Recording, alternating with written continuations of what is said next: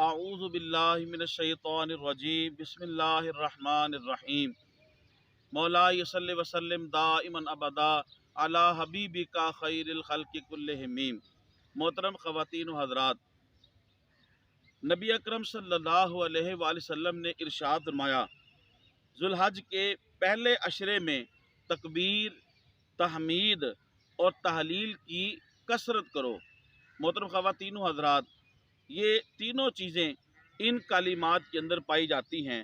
اللہ اکبر، لا الہ الا اللہ، اللہ اکبر وللہ الحمد، لا حول ولا قوت الا باللہ العلی العظیم۔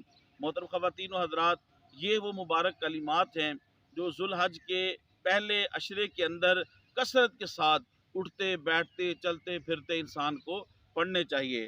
چنانچہ حضرت نافع رضی اللہ تعالی عنہ سے روایت ہے، حضرت ابن عمر رضی اللہ تعالی عنہ عشرہ ذوالحج میں بیٹھتے اٹھتے بکثرت تکبیرات پڑھتے تھے۔